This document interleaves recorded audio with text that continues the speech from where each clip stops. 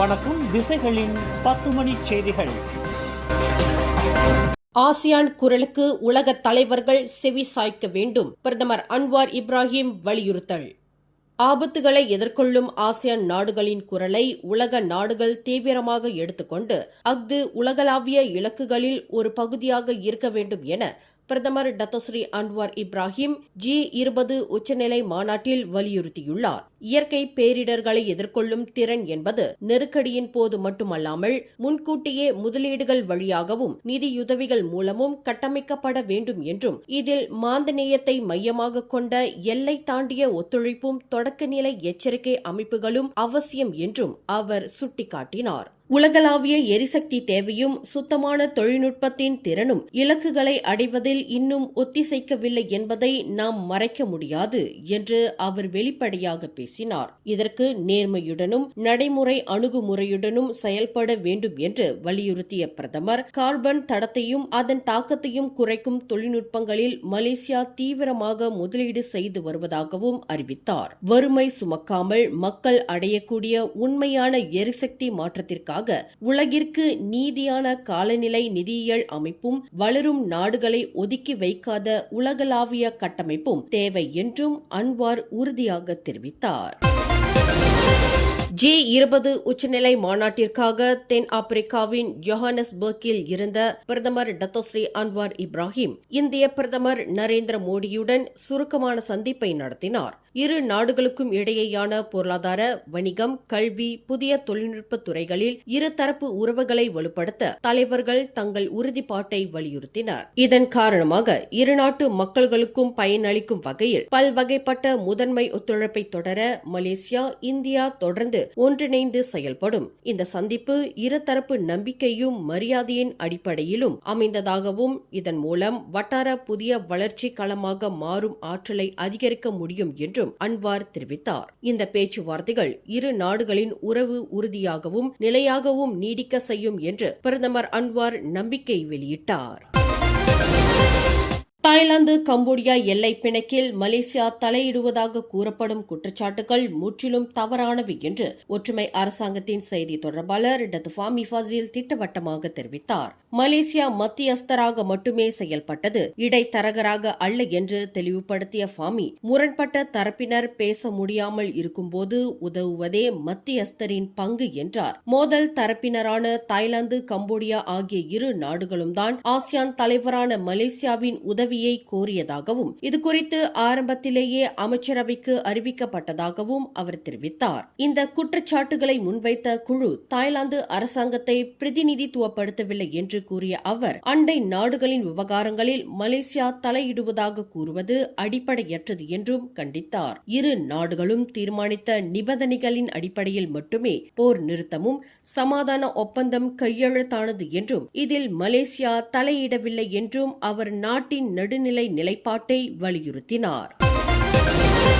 தெற்கு தாய்லாந்தில் ஏற்பட்ட கடும் வெள்ளத்தில் சிக்கிய குழந்தைகள் உட்பட 42 மலேசியர்கள் ஒரு தங்கும் விடுதியில் இருந்து வெளியேற்றப்பட்ட அதிர்ச்சி சம்பவம் ஹட்ஹாயில் இன்று காலை நிகழ்ந்தது. நிலைமையை அறிந்த சங்லாவுக்கான மலேசிய துணை தூதர் ஹமட் ஃபாமி அமட் சர்காவி உடனடியாக ஹட்ஹாய் தங்கும் விடுதிகள் சங்க உதவியுடன் பாதிக்கப்பட்ட மலேசியர்கள் மாற்று விடுதிக்கு மாற்றப்பட்டதை உறுதி செய்தார். இந்த கடும் வெள்ள சூழலில் இதுபோன்ற மனிதநேயமற்ற செயல் நடந்திருக்க கூடாது என்று அவர் வேதனை தெரிவித்ததோடு மீட்கப்பட்டவர்களுக்கு உணவுப் பொருட்களும் பயண உதவியும் வழங்கப்படுவதாகவும் தெரிவித்தார். வெள்ளத்தில் சிக்கியுள்ள மலேசியர்கள் தரைவழி அல்லது வான்வழி மூலம் தாயகம் திரும்ப உதவி தேவைப்பட்டால் துணை தூதரகத்தை தொடர்பு கொள்ளலாம் என்றும் அவர் கேட்டுக்கொண்டார். சபா மாநில நம்பிக்கை கூட்டணி இன்று தனது 8 அம்ச கடப்பாட்டு அறிக்கையை வெளியிட்டது. இது மக்களின் நலன், உள்கட்டமைப்பு மேம்பாடு, நிர்வாக சீர்திருத்தம், பொருளாதார மேம்பாடு ஆகியவற்றில் கவனம் செலுத்துகிறது. சபாவுக்கான 40 விழுக்காடு நிதி உரிமையை மீட்பதில் பிரதமர் அன்வார் இப்ராஹிமின் உறுதியான நிலைப்பாட்டை சபா நம்பிக்கை கூட்டணி தலைவர் டத்தோ முஸ்தபா சமூட் வரவேற்று இந்த உரிமையை சரியாக நிர்வகிக்க தாங்கள் உறுதியளிப்பதாக கூறினார். சபாவின் 40 விழுக்காடு உரிமையை முழுமையாக மக்கள் அனுபவிப்பதை உறுதி செய்ய 10 முக்கிய முன்னுரிமைகள் இதில் பட்டியலிடப்பட்டுள்ளன. இவை அடுத்த 5 ஆண்டுகளுக்கு ஹராப்பான் என்ற வழிகாட்டி கொள்கைகளின் மூலம் செயல்படுத்தப்படும். இந்த வாக்குறுதிகளில் நிலையான நீரை உறுதிப்படுத்த அணைகள் கட்டுதல், தகுதியான மாணவர்களுக்கு இலவச உயர்கல்வி வழங்குதல், 18 வயதுக்கு மேற்பட்டோருக்கு 100 ரிங்கிட் நிதி உதவி, சபா இறையாண்மை வள நிதியம் அமைத்தல் ஆகியவை அடங்கும். அடுத்த ஆண்டு முதல் 16 வயதுக்குட்பட்டவர்கள் சமூக ஊடக கணக்குகளை தொடங்குவதற்கு தடை விதிக்க அரசாங்கம் இலக்கு வைத்துள்ளதாக தகவல் தொடர்பு அமைச்சர் டாக்டர் ஃபாமி ஃபசில் தெரிவித்துள்ளார். பாலின வேட்டையாடிகள் உட்பட பல்வேறு வயது வரம்பிற்குரிய இணைய குற்றங்களிலிருந்து குழந்தைகளை பாதுகாக்கவே இந்த தடை விதிக்கப்படும் என்று அமைச்சரவை முடிவு செய்துள்ளதாக அவர் கூறினார். இந்த தடையை உறுதிப்படுத்த ஆஸ்திரேலியா போன்ற பிற நாடுகள் செயல்படுத்தும் பொது வயது வரம்பு அமலாக்க வழிமுறைகளை அரசாங்கம் ஆய்வு செய்து வருகிறது. மை கார்ட், கடப்பிதழ், மை டிஜிட்டல் ஐடி போன்ற அரசாங்கத்தால் அங்கீகரிக்கப்பட்ட ஆவணங்களைக் கொண்டு EKYC சரிபார்ப்பை கட்டாயமாக்குவது இந்த தளங்களுக்கான சாத்தியமான நடைமுறைகளில் ஒன்றாகும் என்றும் அமைச்சர் ஃபாமி நம்பிக்கை தெரிவித்தார். தெற்கு தாய்லாந்தில் ஏற்பட்ட கடுமையான வெள்ளப்பெருக்கு காரணமாக கடந்த வெள்ளிக்கிழமை முதல் பாடாங் பசார் ஹட்ஹாய் இடையேயான தொடர்வண்டி சேவை தற்காலிகமாக நிறுத்தப்பட்டுள்ளதாக KTMB தெரிவித்துள்ளது. சாடோ சொங்க்லா மாகாணத்தில் உள்ள கோலோங்கே தொடர்வண்டி நிலையம் அருகே நீர்மட்டம் உயர்ந்ததால் பாதுகாப்பு காரணங்களுக்காக இந்த வழித்தடம் மூடப்பட்டதாக KTMBயின் செயல்பாட்டு நிர்வாகி முகமது ஃபாரே சேலா தெரிவித்தார். வெள்ள நிலைமை முழுமையாக சீராகி அதிகாரிகள் பாதுகாப்பை உறுதி செய்த பின்னரே தொடர்வண்டி சேவை மீண்டும் தொடங்கப்படும் என்றும் அவர் தெரிவித்தார். சேவை நிறுத்தத்தால் வார இறுதி நாட்களில் வழக்கமாக நிரம்பி வழியும் பாடாங் பசார் தொடர்வண்டி நிலைய பகுதிகளில் உள்ள உணவு விடுதிகளில் வாடிக்கையாளர்கள் எண்ணிக்கை 90 விழுக்காடு குறைந்துள்ளதால் வியாபாரம் பாதிக்கப்பட்டுள்ளதாக வணிகர்கள் கவலை தெரிவித்தனர். அபாயம், மோசம், கவனம் ஆகிய நிலைகளில் தொடர் மழை எச்சரிக்கையை நவம்பர் 25 வரை பர்லிஸ், கட்டா, பினாங்கு, பேரா, பஹாங், ஸ்லாங்கூர் ஆகிய 6 மாநிலங்களுக்கு வெளியிட்டுள்ளது மலேசிய வானிலை ஆய்வுத்துறையான மெட் மலேசியா. மலக்கா நீரிணை பகுதியில் உருவான குறைந்த அழுத்த அமைப்பு வடக்கு தீபகற்பத்தின் கடலோர பகுதிக்கு அருகில் நிலை கொண்டிருப்பதால் இந்த எச்சரிக்கை விடுக்கப்பட்டுள்ளது என்று மெட் மலேசியா தலைமை இயக்குநர் முகமது இஷாம் முகமது அனிப் கூறினார். இந்த வானிலை காரணமாக தொடர் பலத்த மழை, பலத்த காற்று, கொந்தளிப்பான கடல் நிலைமைகள் நவம்பர் 23 முதல் 25 வரை வடக்கு மேற்கு தீபகற்ப மாநிலங்களில் ஏற்படக்கூடும் என்றும் அவர் தெரிவித்தார்.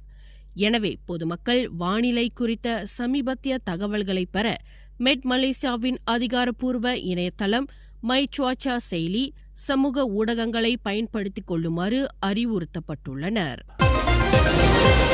காஜாங் சிரம்பான் சாலையில் ஓட்டுநர் உரிமம் இன்றி கார் ஓட்டிய ரோஹின்யா அகதி ஒருவருக்கு நேற்று போக்குவரத்து துறை அபராதம் விதித்தது. ஐக்கிய நாடுகள் அகதிகள் அட்டை வைத்திருக்கும் 27 வயதுடைய அந்த நபர் உரிமம் இல்லாத நிலையிலும் தனது முதலாளியின் காரில் பொருட்கள் வாங்கச் சென்றதாக கூறியுள்ளார்.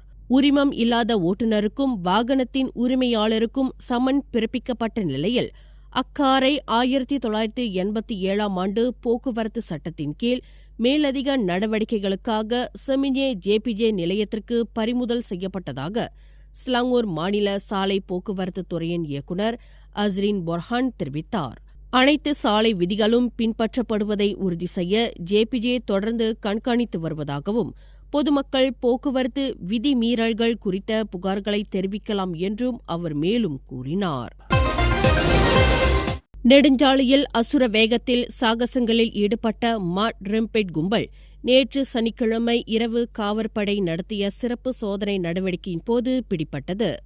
சிரம்பான் போர்டிக்சன் நெடுஞ்சாலையிலும் வடக்கு தெற்கு நெடுஞ்சாலை 263வது கிலோமீட்டரிலும் நடத்தப்பட்ட இந்த சோதனையில் மொத்தம் 114 போக்குவரத்து விதிமீறல் சமன்கள் வழங்கப்பட்டதாக நெகிரி செம்பிலான் மாநில காவற்படை தலைவர் டத்தோ அல் ஜஃப்னி அஹ்மத் தெரிவித்தார்.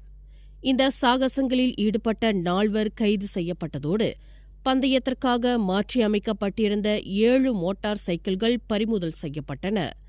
சாலை கொள்ளையர்களின் நடவடிக்கைகளை கட்டுப்படுத்தவும் விபத்துகளை தடுக்கவும் இந்த நடவடிக்கை மேற்கொள்ளப்பட்டதாகவும் மேலும் பறிமுதல் செய்யப்பட்ட மோட்டார் சைக்கிள்கள் 1987 போக்குவரத்து சட்டத்தின் கீழ் மேல் நடவடிக்கைக்காக கொண்டு செல்லப்பட்டன என்றும் அவர் கூறினார். ஷாலாமில் உள்ள மருந்தகம் ஒன்றில் பணிபுரியும் பெண் ஊழியர் ஒருவர் கழிவறையை பயன்படுத்திய போது அங்கிருந்த 2 மீட்டர் நீளமுள்ள மலைப்பாம்பால் காலில் கடிக்கப்பட்டார். இன்று பிற்பகல் 3:46 மணிக்கு அவசர அழைப்பு வந்ததும் புக்கெட் ஜெலுத்தோங் தீயணைப்பு மீட்புப் படையைச் சேர்ந்த 6 அதிகாரிகள் சம்பவ இடத்திற்கு விரைந்து சென்றதாக ஸ்லாங்கூர் மாநில தீயணைப்பு மீட்புப் படை தகவல் வெளியிட்டது. விரைந்து செயல்பட்ட தீயணைப்பு வீரர்கள் 23 வயதான அந்த பெண்ணின் காலில் இருந்து பாம்பின் பிடியை விடுவித்து மேல் சிகிச்சைக்காக சுகாதாரத்துறை அதிகாரிகளிடம் ஒப்படைத்தனர். பிடிப்பட்ட 2 மீட்டர் மலைப்பாம்பு பின்னர் பாதுகாப்பான இடத்தில் விடப்பட்டதாகவும் தெரிவித்துள்ளது. மலேசியாவில் இன்று மாலை 6:20 மணி நிலவரப்படி 6 மாநிலங்களில் ஏற்பட்ட வெள்ளத்தால் பாதிக்கப்பட்டோரின் எண்ணிக்கை 8,282 பேராக உயர்ந்துள்ளது. சமூக நலத்துறை தகவலின்படி மொத்தம் 2,955 குடும்பங்கள் 42 தற்காலிக நிவாரண மையங்களில் தங்க வைக்கப்பட்டுள்ளனர். இதில் கிளாந்தான் மாநிலம் 7,499 பேருடன் அதிகப்படியான பாதிப்பை பதிவு செய்துள்ளது. தும்பாட், பாச்சோ, கொத்தபாரு, பசிர்புத்தே ஆகிய 4 மாவட்டங்களில் 31 நிவாரண மையங்கள் திறக்கப்பட்டுள்ளன. இதற்கிடையில் கிடாவில் 236 பேர், பினாங்கு மாநிலத்தில் 115 பேர், பெர்லிஸில் 77 பேர் பாதிக்கப்பட்டுள்ள நிலையில் சரவாக்கும் புதிதாக 44 பேர் நிவாரண மையத்தில் தங்க வைக்கப்பட்டுள்ளதோடு பாதிக்கப்பட்ட மாநிலங்களின் பட்டியலில் இணைந்துள்ளது. நீண்ட நாட்களாக தேடப்பட்டு வந்த கேங் மூசாங் கும்பலின் தலைவன் உட்பட 2 ECRL தொடர்வண்டி திட்டத்தின் கேபிள்கள் திருடப்பட்ட வழக்கில் தெமுர்லோவில் கைது செய்யப்பட்டனர். கம்போடிய நாட்டவரான மூசாங் என்றழைக்கப்படும் 32 வயது இளைஞனும் செப்பேட் என அறியப்படும் 36 வயது உள்ளூர் இளைஞனும் கடந்த வியாழக்கிழமை இரவு மந்தகாப் கம்போங் பாத்து 3வில் வைத்து பிடிக்கப்பட்டனர். சந்தேக நபர்களிடம் போதைப்பொருளும் வெட்டு ஆயுதமும் கண்டுபிடிக்கப்பட்ட நிலையில் சோதனையில் இருவரும் போதைப்பொருளை பயன்படுத்தியது உறுதியாகியுள்ளதாகவும் உள்ளூர் இளைஞனுக்கு 6 குற்ற பின்னணிகள் இருப்பதாகவும் தெமுர்லோ காவற்படையின் தலைவர் உதவி ஆணையர் முகமது நஷீம் பஹருன் தெரிவித்தார். இந்த கும்பலின் முக்கிய நபர் பிடிப்பட்டதன் மூலம் கடந்த ஆகஸ்ட் முதல் செப்டம்பர் 2025 வரை தெமுர்லோ பெந்தோங் ஆகிய பகுதிகளில் நடந்த 5 ECRL கேபிள் திருட்டு வழக்குகளுக்கு தீர்வு காணப்பட்டுள்ளதாகவும் இந்த கும்பல் முற்றிலும் முடக்கப்பட்டதாகவும் அவர் நம்பிக்கை தெரிவித்தார். மேலும் செய்திகளை தெரிந்து கொள்ள கீழே இருக்கும் பெல் பட்டனை அழுத்துங்கள். உங்கள் மகிழ்ச்சியை வெளிப்படுத்த லைக் மற்றும் ஷேர் செய்யுங்கள். தொடர்ந்து திசைகளோடு இணைந்திருக்க சப்ஸ்கிரைப் செய்யுங்கள்.